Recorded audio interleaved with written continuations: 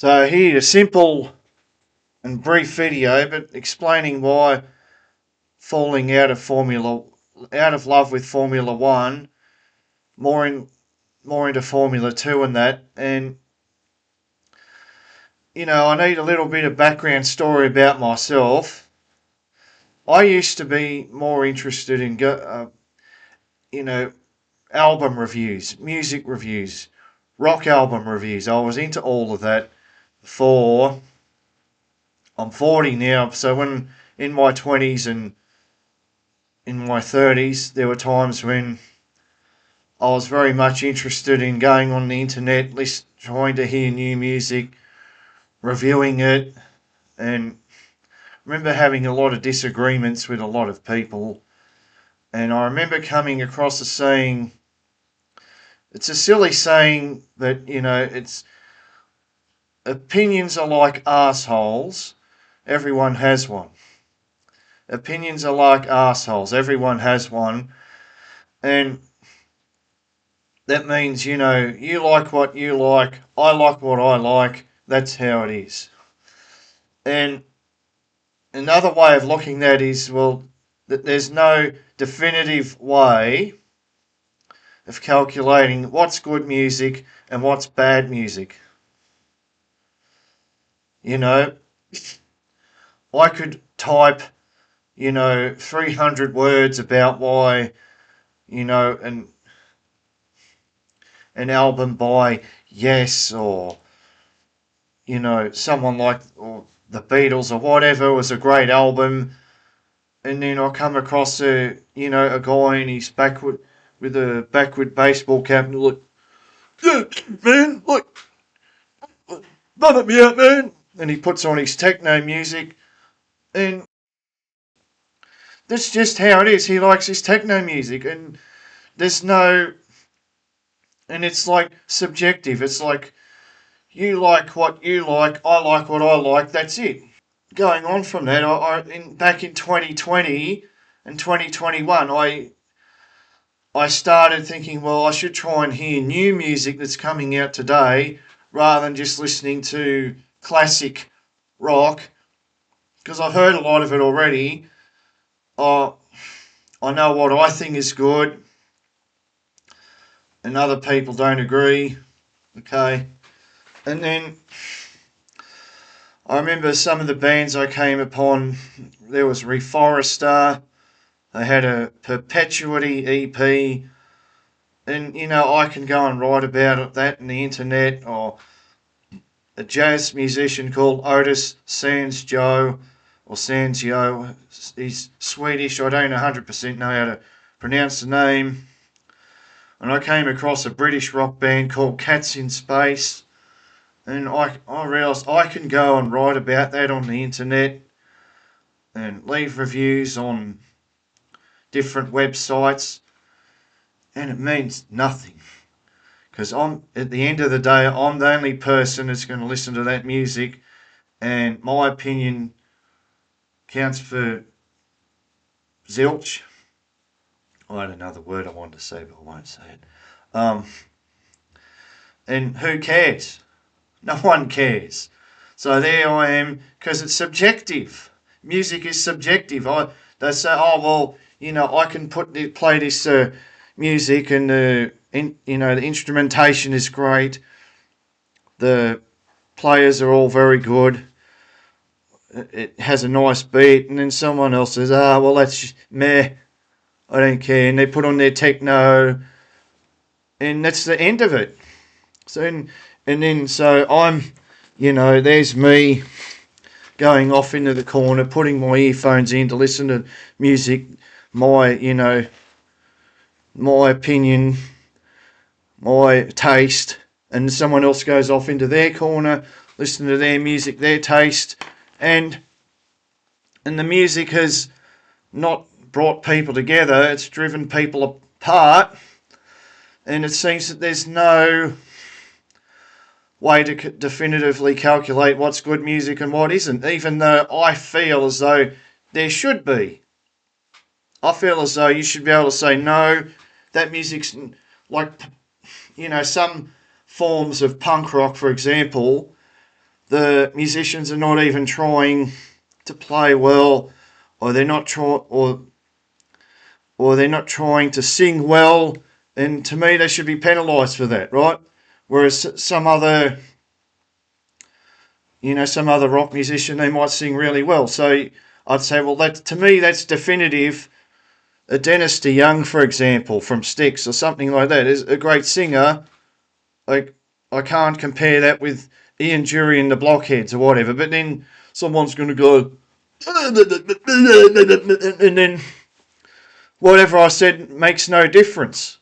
It's all just, we'll just get pushed apart because it's a subjective thing. And I lost interest in music completely. Absolutely. If it can't be quantified, if there's no definitive answer, if it's just, oh, I like this, you like that, go. And at that time, as I mentioned, 2020, 2021, I worked at this company where I'd go out in a utility or a truck, and I'd help deliver stuff to certain sites like tables and chairs, and I'd be the passenger and the driver would play their music, and I'm often perplexed by the music they play. I remember one bloke, he's had the radio station on, and one of my favourite ELO, Electric Light Orchestra songs came on. I'm like, oh, this is good. And this guy went, that's shit, and changed the channel. And then there was another guy, a little bit older than me, and he's always playing techno music, and it really opened my eyes that when it comes to something like music, it's a dead end. There's no answer, because I can say, oh, that techno is, or, rap metal or whatever, it's a low quality music, but someone else is like, oh, that's cool, man. That is cool. Oh, it's a vibe, or whatever it is. And it's a dead end. And as I said, it doesn't draw people together, it pushes people apart. That's why I sort of love motor racing, because motor racing is something that is definite, right? Definite means there is a true answer. And I remember very clearly the Abu Dhabi Grand Prix of 2016, and David Croft is talking, how did Nico Rosberg win this championship? It's unfair. What happened in Malaysia? Lewis Hamilton, the engine failure or something. And then Martin Brundle said, and this is why I think he's always the best commentator. He said, well, whatever it is, he's the world champion, and in the history books he's written there as the world champion. You can't put an asterisk or put a mark next to it and make a note. He's the world champion, and that's it. And it was so definitive, and I loved that. To me, I like that thing that's definitive, that you can put a marker down and say, that's it. I feel as though with the expansion of Formula One in recent years, with all these other people, I don't want to say that I'm an intellectual or something, but Formula One used to be a sport, the way I saw it, was a sport for thinking men. But now that it has to be a sport for everyone. I think the people that see themselves as a thinking man, obviously a failure in life, but still, people that might see themselves as a thinking man, they like definitive things, they like the answer. That's why they think, because they come to a conclusion. And when you invite the crowd, the big crowd, the mainstream, the in crowd in to a sport like Formula One, thing is, the people like that love the subjective. Why is that? Because they feel they have skin in the game.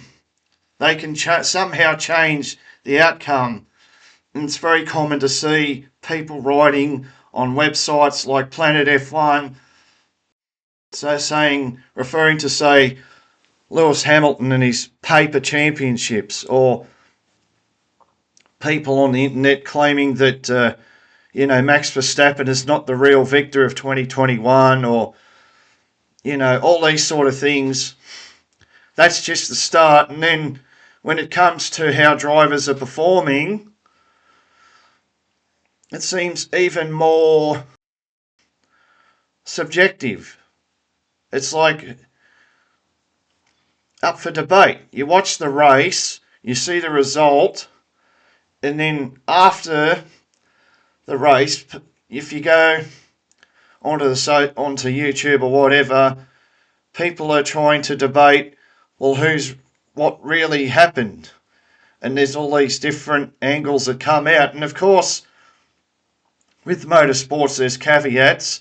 Obviously, in Formula One, the teams are not all the same. And I've seen long, angry debates about, who had the fastest car in 2021. Was the Red Bull faster? And people say, oh, the Red Bull was a rocket ship. Max Verstappen, fake champion, blah, blah, blah, easy. And then other people are like, no, the Red Bull was very slow. And, Lewis Hamilton, paper championships. Like, depends. Just pick a side and argue. And I think what they're arguing about is something they don't really know. I don't think any of us will know for certain, for example, in 2021, if the Red Bull was the faster car over the season or the Mercedes was. I don't think we'll ever know that. I don't think there's no way of knowing that. And I think that if the two cars are fairly close in terms of their performance, then it's very hard to tell, especially at different tracks. The cars might have different qualities that make them more competitive at certain tracks rather than others. And that unknown is sort of a grey area. And that grey area, out of that grey area grows the subjective. And the people, the mainstream crowd, they love that subjective because they put their skin in the game. I can change this. I can shout with as much vigour and it will change other people's perceptions. That's what they like. Of course, we all have any race that we watch, we'll have our perspective, right? And it might differ because we're not sure which team is faster, which team is slower, this sort of thing. We're not always sure. Like, for example, in 2025, if we look at the midfield battle, how good is the Sauber compared to the Haas, compared to the Racing Bulls, compared to the Williams? It seems to ebb and flow. It's hard to quantify. And I know most of these people don't care about the midfield. But if they cast their eyes on the midfield, it all seems very subjective. It seems like, well, take who do you like and then gas them up, cherry pick data and who you don't like. And I found if you follow a sport like motorsport, the worst thing you can do is actually support a driver. And I know it's hard, all right, not to do that. But it's the worst thing you can. And I despair when I hear people saying, oh, I'm a Max Verstappen fan. I'm a Ferrari fan. I'm a Lewis Hamilton fan. You don't become fans of drivers because at the end of the day, that driver has to be judged on what's happened on the track and the track alone, not on your personal feelings and not on whether they're from the same country as you or whatever. You have to accept the driver for what they did on the track. And the thing about Formula One, which is going to lead me on to Formula Two, you fault, like, some drivers come along and they're amazing and we love them, but then eventually one day they have to be replaced by someone else that's younger, faster, and comes along and takes that place. You have to let go. But if you're too subjective, you can't let go. So by being a fan of one particular team, and especially being a fan of a certain driver, you're sort of limiting your opportunity to open your eyes to not only what's happening on track, but what's coming down the line. And we can see this happen, the end of last decade, when fans of Lewis Hamilton failed to see that Max Verstappen was coming along as a driver. Right? Leaving 2021 aside, right? It was clear that Max Verstappen was this very fast, very talented young driver that was coming along in Red Bull, and it was just a matter of time before he got his hands on a car that was capable of fighting for a world championship, that he would actually take a world championship. And we're seeing that happen now, right? You can't watch 2016, 2017, 2018, 2019 and not see that. That's just one example, but we've also seen that drivers are moving up from Formula 2 to Formula 1, and some of them are making a great impression in spite of what pre-season predictions have said. All right, now I want to talk briefly about Bortoleto and Hadjar. All right, going into 2024 and during most of the year, these two drivers were doing, along with Paul Aaron, I'd say those three drivers were the dominant force in Formula 2 in 2024. And when the F1 fans cast their gaze on Formula 2, they had this very negative reaction because they wanted and they expected to see Oliver Bearman and Andrea Kimi Antonelli at the top of those F2 standings. And when they didn't, they saw Bortoleto, Hadjar and Aaron fighting for that title. It upset them. It made them very negative towards F2. And some of the most prominent F1 YouTubers, I'm going to mention Tomo here, loved to exploit that. He was always talking about, oh, man, it's like nuanced, man. It's like so nuanced, like, these F2 teams, you just can't trust, blah, blah. I think somehow both Isaac Hadjar and Gabriel Bortoleto made it to F1. Unfortunately, Paul Aaron is not in Formula 1 at the moment. In spite of the negative perceptions from F1 fans, we've heard all about how F2 teams are not equal. As I said before, modern F1 fans like subjective arguments. And then this is where the subjective comes in, because Formula 2 is supposed to be a spec series. Now, and here's the thing, let's go back to 2024 for a minute. What happened when Bearman and Antonelli, and to a lesser extent Martins, were not winning F2 last year, but they were being beaten by Paul Aaron and Gabriel Bortoleto and Isaac Hadjar? The thing is that people said, well, the teams, Prema are a bad team in Formula 2. It's the fault of Prema, and these other drivers, these other guys, they have a better car, So that was the argument. And of course, that's affecting Formula 2 this year. Now, the perception of Gabriel Bortoleto changed substantially after the Italian Grand Prix, when Formula One management decided to promote him when he went from last to first in the Monza's feature race. They decided, they put him on YouTube. Oh, you know, fantastic race by Bortoleto. Then with that hype, with that promotion, the fans changed their mind.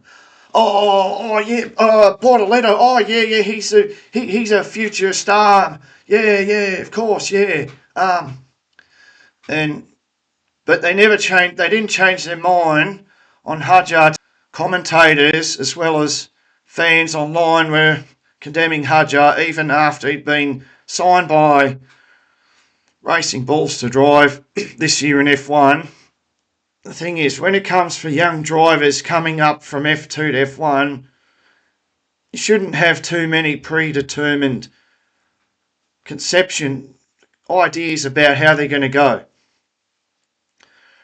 Preconceived ideas about who this driver is.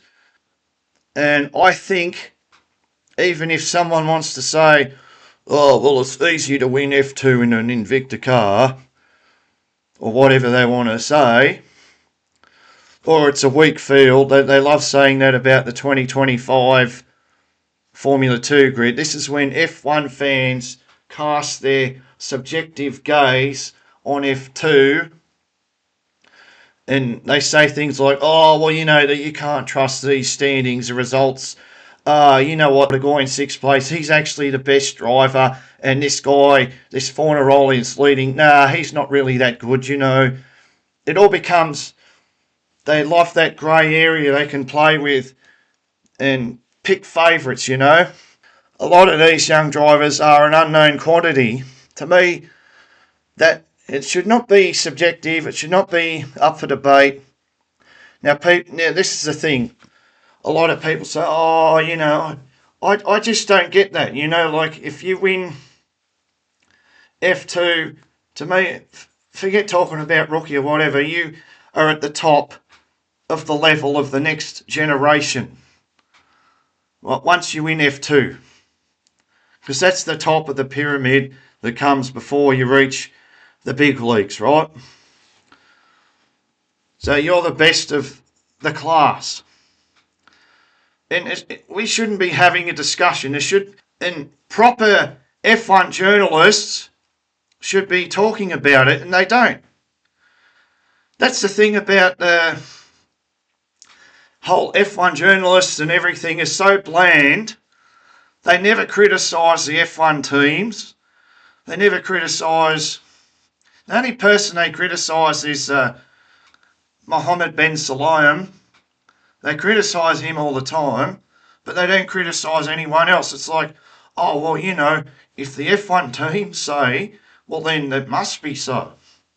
Sometimes you have to get team principles. If I was an F1 journalist, I'd say, hey, you know, you've got this driver coming up through the ranks who's winning F2 in his debut season. Aren't you going to sign him? Aren't you going to at least give him a chance as a reserve driver, FP1s, you know? I'd be saying that if I was a journalist. But, you know, I don't want to make this about Leonardo Fornaroli. It's just about how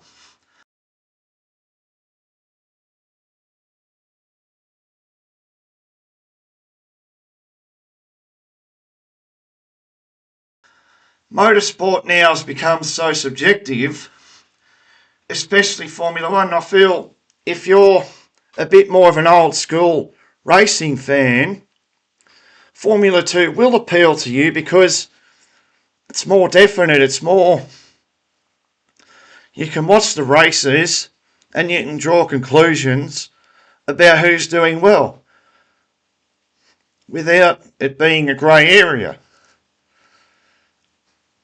And not only F2 but other series like IndyCar and Japanese Super Formula. But just to add on to that, I don't like to think that people's comments online influencing whether teams decide to take on a driver from F2 or not based on whether they're popular or their Instagram or whatever. I think that's a dangerous precedent. I think, and I have more to say, I think they should change the super license rules. I think they're too generous. I think, Formula Regional Oceania, there's a lot of points, and I don't see that as a Premier Series at all. Or, F3, you finish fifth in F3, you get plenty of points. Again, that's, to me, I think drivers should only get super license points. To me, if you want a super license, go and finish in the top two in F2. Or, win a bunch of junior series like Antonelli, like, win F4, win Formula Regional, maybe just, or win, win some, but mainly just finish in the top two in F2, right? Why give super license points to everyone? To me, that's diluting the whole purpose of a series like Formula 2. And as again, leads to the top three in Formula 2 all receive a super license, right? They all get the required 40 points, whether you win the series or you finish as a runner-up or you finish third. And I think that's unfair. That's adding to this whole grey area, the subjective, where we say, oh, well, this guy finished third, but, he's going to get the seat in Formula 1 because blah, blah, blah. And the guy that won the series doesn't. I think I think that these sort of things have to be addressed to improve the value and the quality of drivers moving into Formula 1 going forward. So, and in that way, I suppose if you really want to enjoy Formula 1, the best answer is to just watch the races and turn off the internet and social media.